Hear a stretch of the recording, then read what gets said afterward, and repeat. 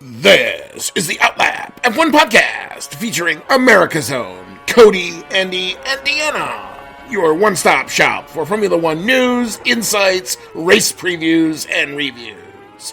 Join us on the Outlap.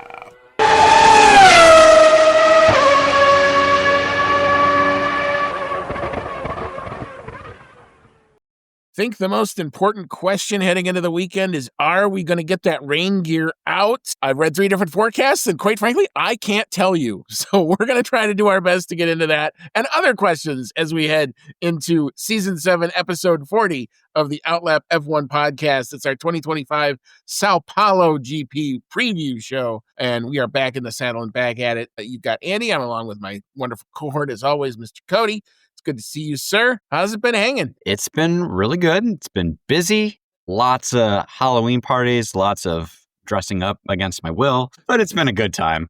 I had a lot of fun with it, and now I am very, very excited to see the Brazilian Grand Prix. It's one of my favorites, and Max is still in the hunt, so I am still hopeful. Well, I'm glad we didn't have to squeeze Halloween plus Formula One plus, hungover watching of Formula One into the same weekend. So look at it this way. At least now we can all kind of take that over and now do this weekend. But we are all about it. It's one of our 2 remaining sprint weekends. So there's a lot of points on offer. We saw in the last sprint how quickly things could change, how fortunes can go up, how fortunes can go down, and how they change over the course of the weekend. So everything is all to play for this weekend in the Drivers' Championship for sure between those 3 people. Technically, George Russell hasn't been mathematically eliminated, although I think his title hopes are on life support at this point. Anyway, we'll get into all that in just a little bit. But if you have found our show, as always, welcome along. We're glad you're here. You can find us on X, on Instagram, Discord, Reddit, and of course here on YouTube at Outlap F1 Podcast is the handle for all that. If you enjoy what you're looking at and you like what you were saying, or historically have always liked what we're saying, if you want to give us a like or a subscribe button on YouTube, if you're on your favorite podcasting app, we're on all the big ones, Apple Podcasts, Spotify, those types of apps. I think we're on Pocket Cast, Google Podcasts. We're on all the big ones. If you want to leave us a 5-star review, that will help our show come up a little bit better in F1 related search results. So if you like content like this, hopefully other people can find content like us. If you'd like to do that, we would be most grateful if you'd like to do that. You can email the show as always, outlapf1@gmail.com. We'll get your thoughts to us. Thank you so much to our continued supporters. And y'all know this list really well by now. Dean Warwick, Yuri Dolchester, Paul Weaver, Quentin Warden, Kevin Kelly, Regan Stanzik, Timothy Brown, and of course, Jonathan Scott. If you'd like to join that esteemed list of wonderful people, we have our link in our show notes. It does ask for a small little monetary donation. Do you have to do that? No, of course not. We're just glad you're listening. But if you'd like to do that, what will that do? That'll just go back into making the show a little bit better. It'll help keep our technology current in the ever-changing podcast atmosphere that we live in. All right. We've had some news break over the course of the last week and a half since the checkered flag fell in Mexico. One of the bigger stories that came out, Williams is going to actually go through a big official rebrand for F1 in 2026. They're not going to be called Williams Racing anymore. They're going to be called Williams F1. I've seen some of the initial livery and the change that block blue W is going to go away. But it's going to be replaced with a W with some yellow stripes in it, akin to kind of where they were back in the mid-90s. I actually like the idea. It's interesting to see what the livery is going to be next year, for sure. Yeah, I mean, it's a big step forward for Williams. This could be a team to watch next season for sure, and now they're rebranding. So, Cody, what's initial thoughts on this? I mean, I like a rebranding for the sake of some new colors and everything like that. Now, is Atlassian actually going to be in the team's official name now? I believe yes. I believe it will be, because I think all 10 of them have the title sponsor in the entry name. Okay. Yeah, it's kind of... I don't know. I kind of liked maybe I'm a little bit of a purist. I liked the teams when it was just Williams and Ferrari and McLaren and those kind of names. But, there's been a lot of teams that have had title sponsors, or, even all the manufacturer teams have had title sponsors for a while now, like Aramco, Petronas, and all those, Oracle and MasterCard, to name a couple. Yeah. So I guess it just means that they're probably getting an even better chunk of change from Atlassian to help the team, and that can only help Williams go up, especially since they've been on that trajectory for a little while now. So it's only got to be good for them. Yeah, I mean, I think that they are going to be a team to watch as we move into the 2026 regs. They've been prepping their 26 car longer than anybody. So I'm actually, if I've got my initial dark horse, I'm picking Williams to be the team that comes out and surprises early on next season. All right. So moving on, Charles Leclerc had himself a big weekend in our weekend off. He decided that he was going to get hitched, and he is now engaged to his longtime partner, Alexandra Saint Milieu. I apologize if I am totally botching that pronunciation. I don't necessarily do French, but I saw his Instagram picture where it was two halves of the dog necklace that kind of fit together, and the dogs are moving in, and it's all there for you. So congratulations, Charles Leclerc. Good luck on the wedding. I'm sure it's going to be an absolute epic wedding. With our budgets, I'm sure it's going to put what you and I would think it would be a wedding. I'm sure it'll be it's not going to compare. A massive party. And congratulations to him. He's, at least he's got something good going for him in a year where his F1 prospects have kind of taken a nosedive compared to last year. But it would be very fun for him. And I wait for my invite in the mail. I was going to say, if you want two guys to come crash it and cover it for you, we'll volunteer. I'll learn how to DJ. I can mix some sound. It's all good. If he wants, I work super cheap. That's my problem. My thing is I'll just work. Just get me to wherever the wedding is, and I'm good to go. Mm-hmm. But anyway, as we kind of get into this weekend, one of the stories that did kind of pop up. The F1 Commission is looking at the potential to make two-stop races, and we haven't had a two-stop race in a long time. And we've been harping on Pirelli for the last 5-6. This whole second half, I don't think we've seen, other than maybe Zandvoort, a two-stop race or even a hint of a two-stop race. And the tires don't degrade. And George Russell's pissed off about it. Fernando Alonso's pissed off about it. There's lots of drivers who are commenting on it. And so the F1 Commission has said, well, we have the one-stop rule that makes you use two compounds. Why don't we just expand that and do a two-stop rule? And that's got some traction over the course of the last little bit. And they're actually going to talk about it at one of the next F1 Commission meetings, whether or not to bring it forward to the teams to try to get it approved. And of course, the FIA would have to sign off on it. So it's not necessarily this is eminently going to happen, but it is something that people are thinking about. So Cody, what is your thought on the idea of a mandatory two-stop? We saw it in Monaco. I don't know that that's the best test tube to try that out, especially considering what Monaco is and how it works. Initial thoughts, if you have any. My initial thoughts are that it's kind of putting a Band-Aid on a bigger wound. It's not going to fix the issue. It's just going to kind of extend it, I guess. I feel like the issue right now is that all the teams are on the same strategy. They all are one of two strategies. If they're doing a one stop, it's, hard to medium or medium to hard, or as we've seen with the lower deg in these last couple races, medium to soft. With everyone being on pretty much the same strategies, you're not really getting enough variation for the strategies to make a big enough effect. And I think if you go with more or less the same tires that you're using now, and you just try to do a two-stop, you're going to kind of run into the same thing where if you're calling for three compounds, you're going to see everyone go from hard to medium to soft, or a reverse order. That I don't think it's going to do enough to change things. And you said that Monaco is kind of a one-off, and it might not be the best case study, but you got to remember that they did that for Monaco because everyone just does a one-stop in Monaco and there's no variation strategy. So they were trying to mix it up for the same reason. Right.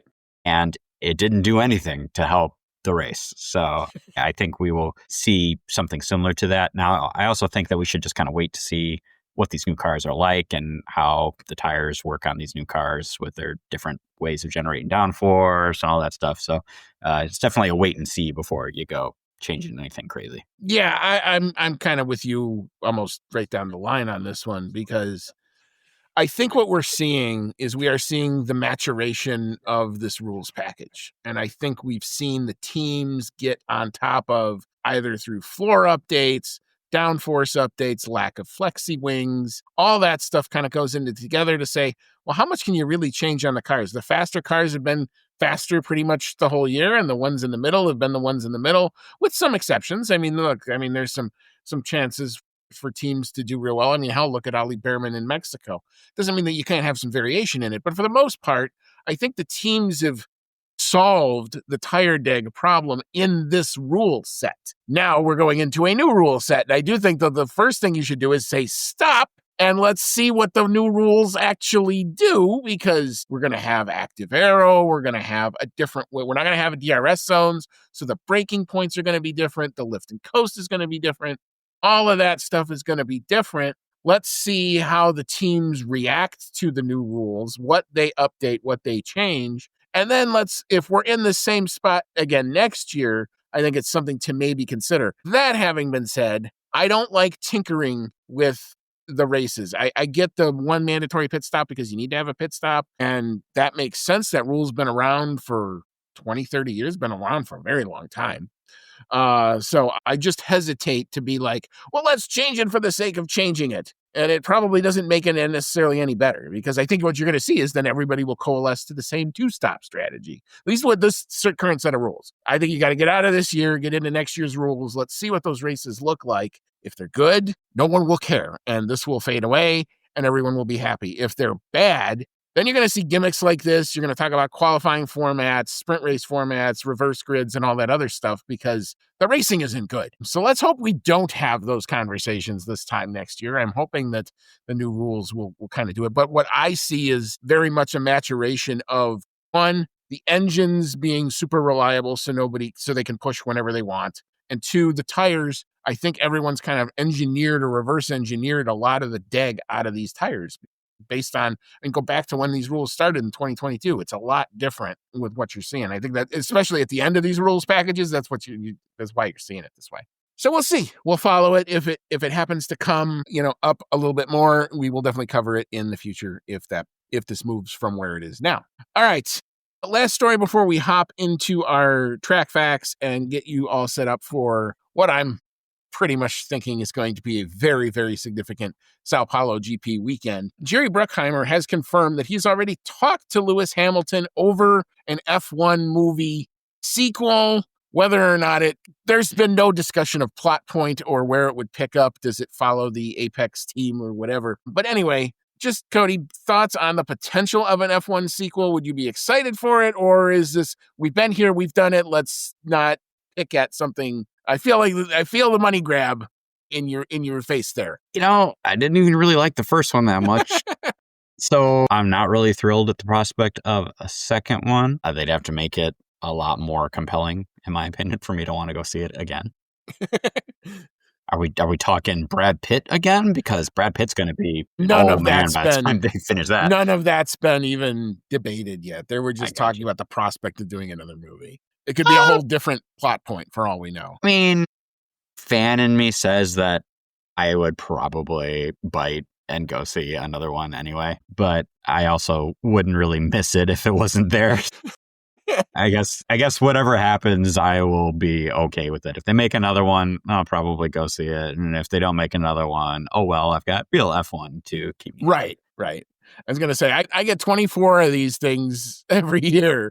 Usually my appetite's pretty full. I don't feel, other than maybe beginning of March, like when the testing is ready to go. Yes. And that's when I'm like anxious and I'm like chomping at the bit, like, okay, I got to get into some data here. Yeah, exactly. Like that would be the beginning of March. I'm like, come on. That would be the time to release it to me. Like that would be, right before the season started. There's other things that come out right before the season starts, the Drive to Survive and all that other good stuff. I'm kind of agnostic to it. Like if they made one, I would hope that they would kind of listen to some of the criticisms, but I also get that just from a numbers standpoint, it already is, I think, the highest grossing sports movie of all time.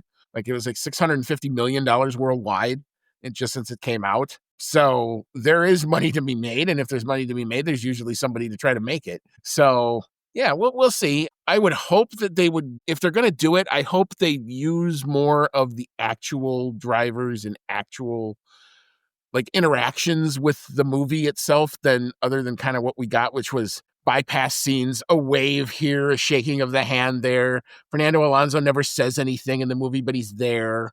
I'd like to see them actually try to act Maybe that's why they weren't, because maybe they can't. Careful what you wish for. Yeah, exactly. Yeah, exactly. Maybe I should be careful what I wish for. But anyway, we'll see if it happens. It's something interesting to think about. I just happened to see that story kind of pop up. It hasn't been a super busy news week, at least in the F1 world. There's other things. I mean, the NASCAR championship pissed everybody off, and the IndyCar trial with Alex Palou and McLaren is just kind of on hiatus. Felipe Massa's in court trying to argue and get the 2008 title changed. And that, based on all the evidence that I read on that case, I don't think he has a case. I think he's going to get thrown out. And I'm surprised he actually got this far with what he's been able to generate. So the other thing is, like, Bernie Ecclestone, shut your damn mouth. Nobody cares what you have to say anymore. I've seen a lot of articles about him yapping off and saying things, and I'm not putting any of that in iShowDoc because I don't care. He's had his time. It's over. Goodbye. Anyway, all right, we're going to talk about current F1 and get into the Autodromo Jose Carlos Pache and the Interlagos circuit, the epic Interlagos circuit. It is like the championship, always the championship gets put on its head whenever we come here. I don't think this weekend's going to be any different. So Cody, tell us about that Interlagos circuit. All right. The Autodromo Jose Carlos Pache circuit is located in Sao Paulo, Brazil. A number of laps for the Grand Prix is going to be 71, and the length of the circuit is 2.677 miles? Yes. Kilometers are bigger than miles, or smaller than miles. Which equates to 4.309 kilometers. That one, yep. Tire selection from Pirelli for this one's going to be the C2, C3, C4 tire compound. So no skipping of compounds this time out. And the Pirelli track characteristics are a 3 out of 5 for traction, 3 out of 5 for braking, 3 out of 5 for tire stress, a 3 out of 5 for lateral load. A lot of numbers right down the middle here. 5 out of 5 for track evolution, 3 out of 5 for asphalt grip, 2 out of 5 for asphalt vibration, and a 4 out of 5 for downforce. Qualifying lap record here was set by Valtteri Bottas. I feel like I've seen a lot of lap records set by Valtteri Bottas. This one he did in 2018 with a 1 minute, 7.281 seconds. And Valtteri Bottas also has the race lap record set in that same year, 2018, with a 1 minute, 10.540 seconds. It's a lot of greats here at the top of the most wins at this track under its current configuration. We've got Alan Prost with a whopping 6 wins here. We've got a tie between Michael Schumacher and Carlos Reutemann for 4 wins apiece, a 3-way tie with 3 wins each for Sebastian Vettel, Lewis Hamilton, and Max Verstappen. Lots of big names there, and more drivers than we can count, most of which are retired, with 2 wins apiece. The most constructor wins here is going to go to McLaren with 12, but probably mostly from those Prost and Senna days. But we've also got 11 here for Ferrari, 7 for Red Bull, tie between Mercedes and Williams with 6 apiece, and then a little bit of a gap back to Renault with 2. What's the circuit like, Andy? All right. Interlagos literally means between the lakes. And like many pre-World War II tracks, it features banked corners with the drivers beginning their lap on sort of a half oval. In fact, between 1957 and the track's return to the F1 calendar in 1990, Interlagos could be run as a giant oval. After wiggling through the Senna S and down to turn 4, the drivers go through a snaking infield section with some challenging camber changes before slinging back up the hill through the banked final turn. As for the weather, which is, I think, the big story and the big mystery going into this weekend, because it's all a probability game. It's when does the weather hit? Sprint qualifying weather for Friday. Cloudy early with showers for the afternoon hours. High of 82, winds out of the east at 5 to 10. Only a 40% chance of rain, so take that where it is. Sprint and the qualifying on Saturday. Rain in the morning. Scattered thunderstorms in the afternoon. Saturday appears to be the best chance for wetness if you are a fan of that. A high of 76. It's going to get gusty too. Winds out of the northwest, 15 to 25. An 80% chance of rain on the day. But as I've always said, when does it hit? When does it dry? What does the wind do? It could all change in an instant. It has. And for the race day on Sunday, that does look to be mostly dry, mostly cloudy skies, a high of 69. Winds out of the southeast at 10 to 20, so still very gusty. 21% chance is the chance of rain that I've read. I love the one caption on the weather where it literally says, low confidence in our forecast. So take that for all it means. It could be rainy all 3 days. It could be dry all 3 days. I don't know. But we're going to be watching the skies for sure. All right. You are we're going to take a listening quick to the break. We'll Outlap rewrap, F1 podcast, and then we'll come and we'll back be and we're right going to tell you back what we think is going to after happen this over the quick course pit of the stop. weekend. We've got our predictions. It's a spring weekend, so we've got some extra stuff in there for that. And then we'll tell you where and when Grab you can your find your flu F1 sessions powder, in the United broomstick, States or this apparates weekend. to your Come on favorite back. You audio will not streaming want to miss service it. to join the discussion on Hogwarts, a podcast, where Dan and his friends have in-depth chapter-by-chapter breakdowns of each Harry Potter novel. Join the group as they dive into the magical world and discuss plot points, analyze character development, and occasionally go off the rails. Whether you're a muggle who's new to the series or a pure-blood wizard who won't need a remember-all, Hogwarts, a podcast, brings everyone to the Great Hall for a magical discussion. Hogwarts, a podcast, available wherever you get your podcasts. All right, welcome back on in. This is season 7 episode. It's the Big 4-0. We've hit episode 40 in season 7. It's our 2025 Sao Paulo GP Preview show. You've got Andy and I'm along with Cody tonight, and we're going to now take our stab at what we think may happen. It could completely get turned on its head. This race has a tendency to do that. We have lots of variation in one of our qualifying times because is it wet, is it dry? Who knows? It's going to be flip coin time. Look at the sky. And maybe that doesn't even tell you the type of thing because the weather can come in and it can leave and it does all sorts of stuff. I've been watching on the F1 streaming channel a lot of historic Brazilian races, and a lot of them have the same theme: changing conditions, championship implications, and craziness. So all three of those things are on the docket maybe this weekend.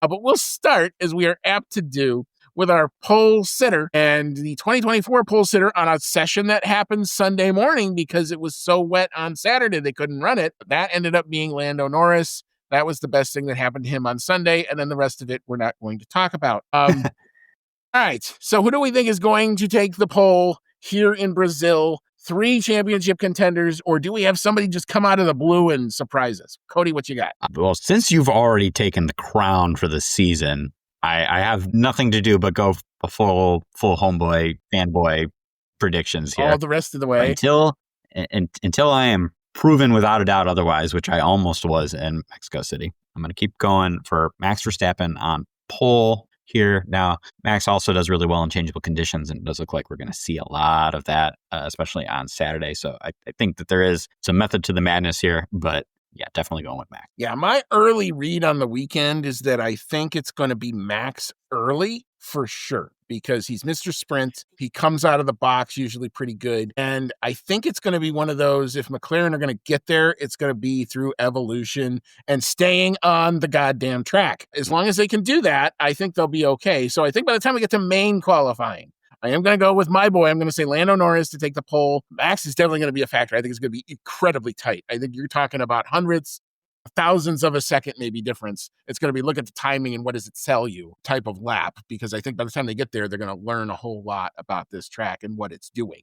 So I've got Lando Norris on the pole. You've got Max Verstappen on the pole. Epic title fight. Let's go. All right. As for the qualifying lap time, this could be another odd thing. Depending on what the weather does, this could be all over the place. Last year was in the super wet conditions, just basically made it to inters. And Lando set a lap time of 1:23.405. We've seen lap times as low as we talked about, 1:07s even. So what do we think is going to happen here, Cody? What you got for a lap time? Yeah, this one, with not knowing what the weather's going to do, it's all kind of up in the air. So I'm erring on the side of wet qualifying. I'm not sure it'll be quite the deluge it was last year. So I'm going quite a bit faster than last year, but also still significantly slower than we'd expect out of a dry qualifying. I'm going with a 1 minute, 18.555 seconds. All right, very good.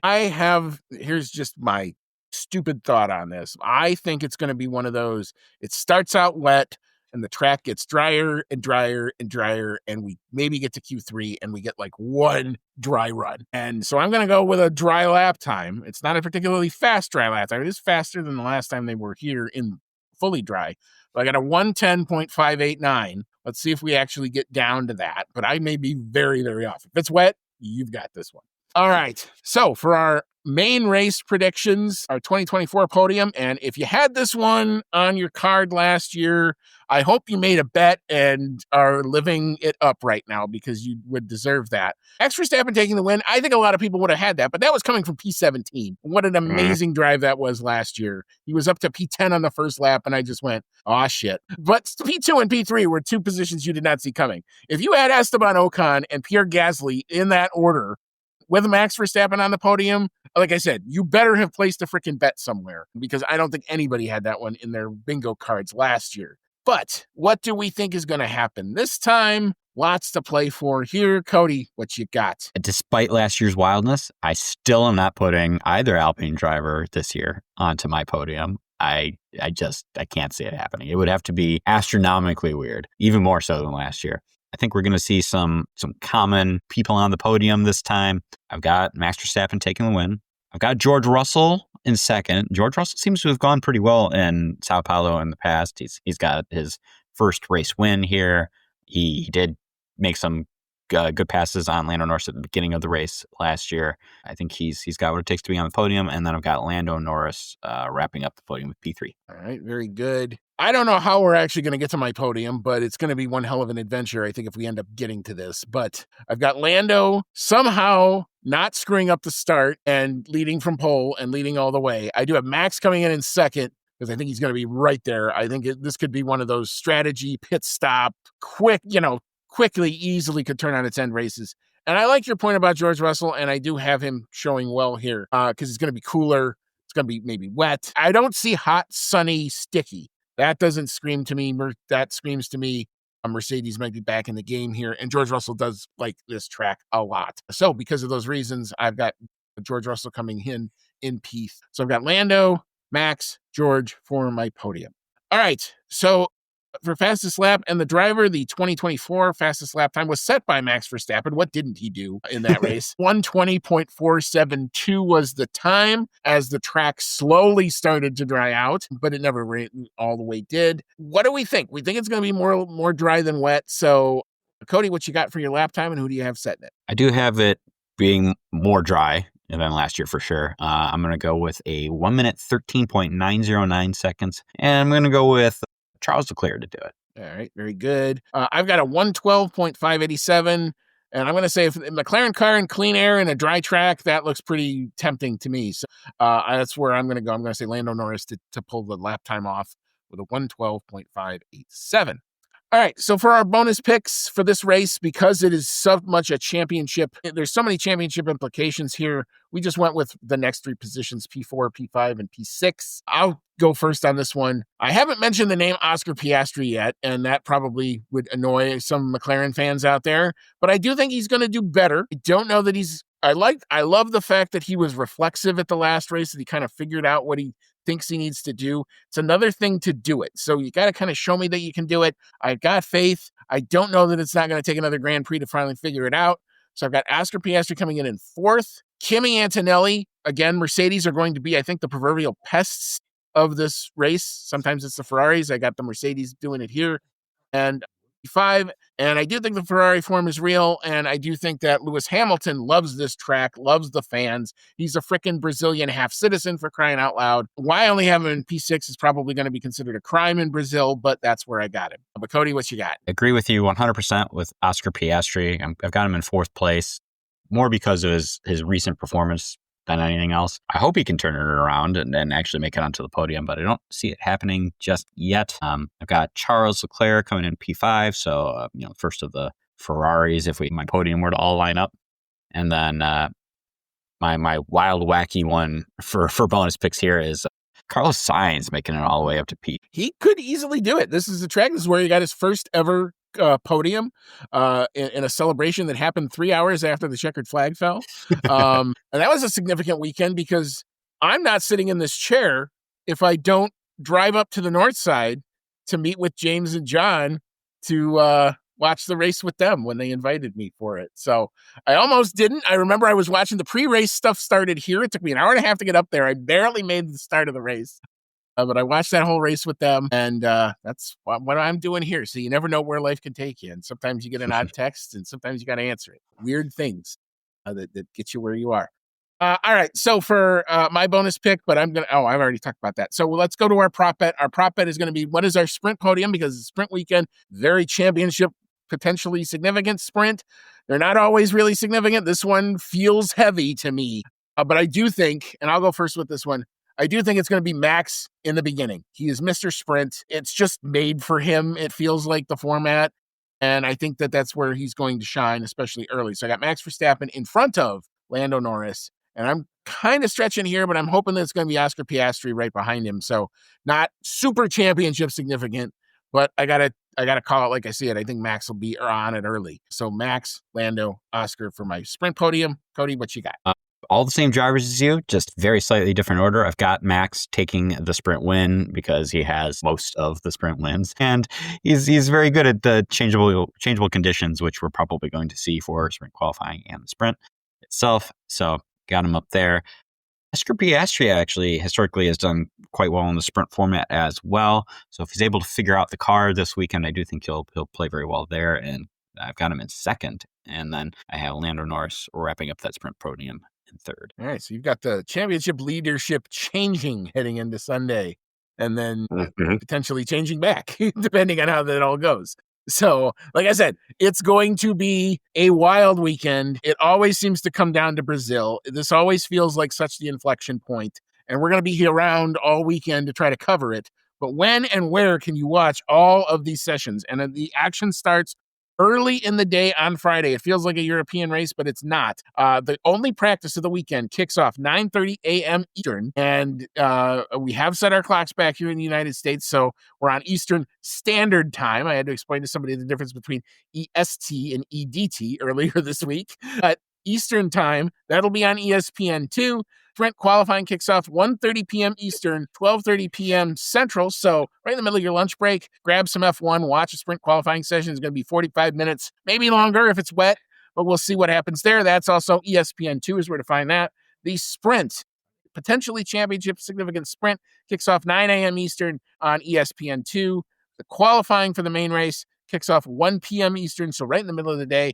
That's going to be on ESPN News because of all of the college football. And the race itself kicks off 11 a.m. Eastern. ESPN is your home to find that. Oh boy, we're going to have to figure out where we all are mentally probably by the end of this thing. I'm predicting a lot of twists and turns, ups and downs. It's going to be a weekend. I just got that feeling about it. I don't know who's going to come out ahead. Don't know how wet it's going to be, but I'm here for it. This is why we do what we do for weekends like this. But so anyway, we're going to be back hopefully Sunday night to recap all of the craziness, the good, the bad, the indifferent, and maybe a surprise or two. Who knows? But Cody, any final thoughts here? I got that nervous feeling, man. What do you think? I have that nervous feeling too, because this, as we get closer and closer to the end of the season, there very well could be one of these races where McLaren really nails it and Max just isn't there and the hope is gone. So we're not there quite yet, but we could have another Coda sprint thing going into the first turn where Lord only knows what happens. You could have that here. You could have it all turned on its head in a matter of one race, and we've seen that happen many times in the past. This was the race weekend that really started the closing up of the gap between Max and Lewis in their championship fight. Last year, this was the one that really solidified Max's championship and stopped any hope of Lando catching up. And this year, he's on the other side of that. So here's hoping it goes well for him. Well, we're going to see. We're going to find out what happens. So stay tuned. We'll do our best to try to cover everything. I will definitely don't know how well I'll be able to do the sprint qualifying because that is kind of in the middle of my work day. I do have a full-time job that I have to kind of balance with that. But the main qualifying for sure I will cover on Saturday, and we'll get you set up with who's going to do what, at least in terms of the initial tire strategy and all that stuff for the build-up on Sunday. And we'll be back to recap it all Sunday night. So we're just going to let this weekend happen. We're going to ride this roller coaster, good, bad, and whatever. But dang it, here we go. Everything on the line. This is why we do this. So anyway, we'll be back on Sunday night. Until then, take care of yourselves out there. And as always, may all your laps be fast.